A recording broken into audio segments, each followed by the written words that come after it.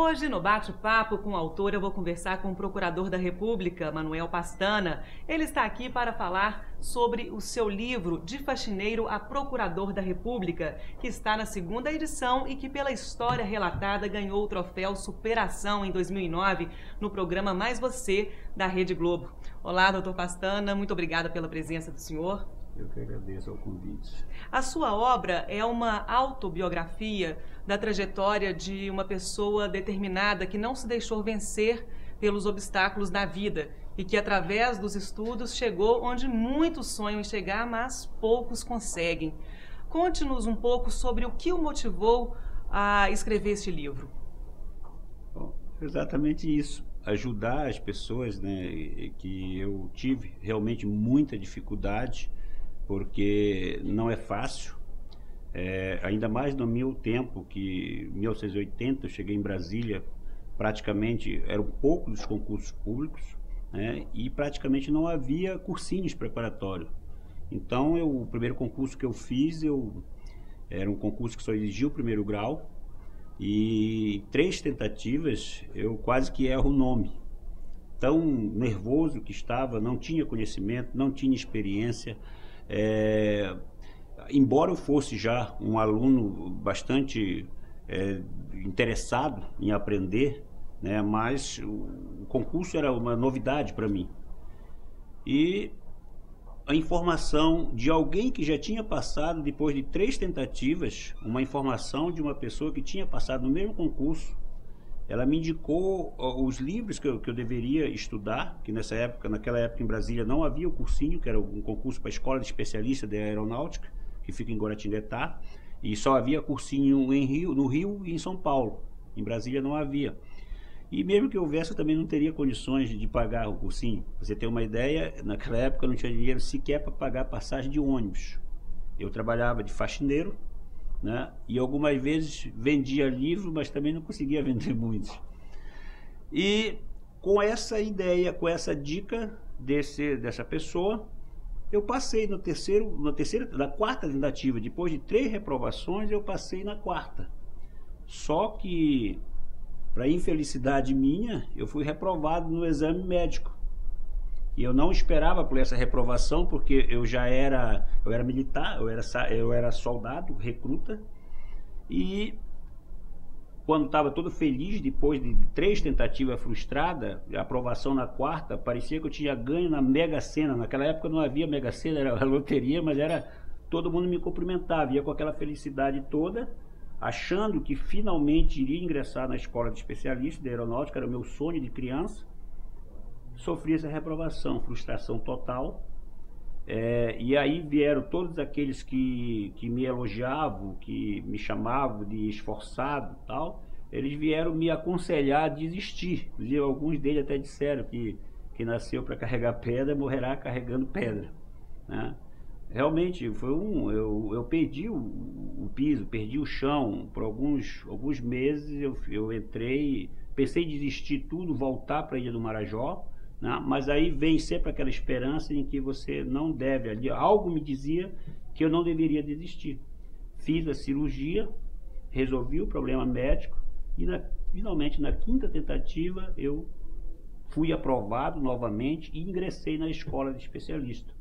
E essas reprovações, que foram extremamente desconfortantes para os meus objetivos, no final elas se transformaram, né? Que cada reprovação que eu tinha, eu procurava tentar corrigir aquilo que eu tinha errado.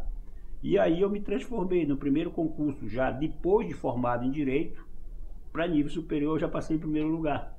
E aí esta história, uma história de vida, que em determinados momentos aí muitos leitores até me escreveram perguntando se não era obra de ficção, porque era tanta, imagina tudo de dar errado para você e depois você consegue superar, mas é justamente isso que eu passo pro leitor, que qualquer pessoa, qualquer um, digo isso, eu falo de experiência própria e de conhecimento, porque eu conheço muitas pessoas que também tiveram muito problema e conseguiram sucesso. E é isso que eu coloco neste livro. Conte pra gente, doutor Pestana, como é que foi desenvolvido esse livro? Quanto tempo que o senhor gastou para escrevê-lo? Se contou com a ajuda de outras pessoas? Como é que foi esse processo? E até falar também sobre a divisão do livro, né? São vários focos, né, que o senhor dá aqui. O seguinte, eu sou muito pragmático. Desde quando eu me interessei pela leitura, porque na verdade eu me interessei pela leitura por causa de uma reprovação. Eu estudando na Ilha do Marajó, na terceira série do primário, eu fui reprovado. E fui reprovado, né? Fui reprovado porque eu não gostava de estudar e nem de ler. E então eu levei uma surra do meu pai e uma surra da minha mãe, né? Mas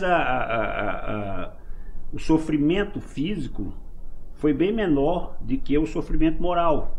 Porque nós estávamos numa pequena cidade, passávamos muita necessidade para estudar, que antes, eu nasci, né, na Ilha do Marajó mesmo, onde só havia uma casa e 3 quilômetros outra casa, e o que o meio de transporte eram canoas, né? E a minha mãe, que se alfabetizou remando todos os dias, que a minha mãe era muito esforçada, nos levou para a cidade e chegamos lá, passando necessidade, porque lá no interior da ilha pelo menos não passava necessidade. Tinha caça, tinha pesca, naquela época o Ibama deixava de caçada, e não passava. E na cidade tinha que comprar tudo. E lá eu, passando necessidade, não queria estudar. Então sofri essa reprovação e a partir daí, né, a ficha, entre aspas, caiu de, bom, eu tenho que estudar, eu tenho que fazer, eu tenho que compensar o esforço, né, da minha mãe e para mudar de vida, eu queria. E aí foi aí que eu comecei a me interessar pelo estudo, né? E realmente passei, claro, muitos obstáculos, como eu falei na pergunta anterior. Coloquei neste livro, que está na primeira fase, que é a primeira parte do livro, que o livro tem 5 partes. A primeira parte eu trato desta história aí, que é uma história realmente de muita dificuldade. A segunda parte eu trato das técnicas e estratégias que eu adotei, porque são duas verdades num concurso público. No concurso público não passa se não estudar. Não existe milagre, não existe... Ninguém vai passar no concurso. Se alguém disser para você que passou no concurso público sem estudar, ou ele está mentindo, ou fraudou. Infelizmente, eu digo, não tenho dados estatísticos seguros, mas infelizmente há fraude em concursos públicos. Agora eu digo, na minha época, inclusive quando comecei a estudar, já havia. Mas é igual, eu considero isso aí igual causa injustiça. Né? Tem muita gente que não procura o Poder Judiciário porque diz, não, os juízes são corrompidos, eles vão vender sentença, o outro lá porque tem dinheiro vai comprar e tal. Realmente isso acontece. Né? Eu sou do Ministério Público Federal, a gente sabe, mas são casos raros. O advogado que sabe pleitear, o advogado que sabe demandar, ele consegue sucesso porque tem sim, a grande maioria dos magistrados, eles agem de acordo com a lei. E a mesma coisa do concurso público. Eu vou dizer assim para você, assim, sem nenhuma referência técnica, apenas por experiência. Eu diria para você que uma média de 20% dos concursos públicos são fraudados. A venda de gabarito, a Polícia Federal, principalmente, tem um trabalho intenso nesse sentido, mas eu penso da seguinte forma, 80% não é.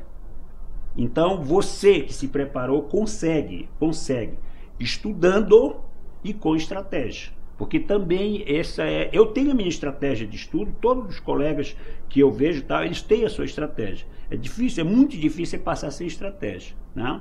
E necessariamente tem que estudar. E essa está na segunda parte do livro. Terceira parte eu trato do meu trabalho no Ministério Público Federal, né? Na quarta parte também relacionados à atualidade e assuntos complexos, né? Dos bastidores do poder, porque para mim todo livro tem que ter uma pitada de polêmica.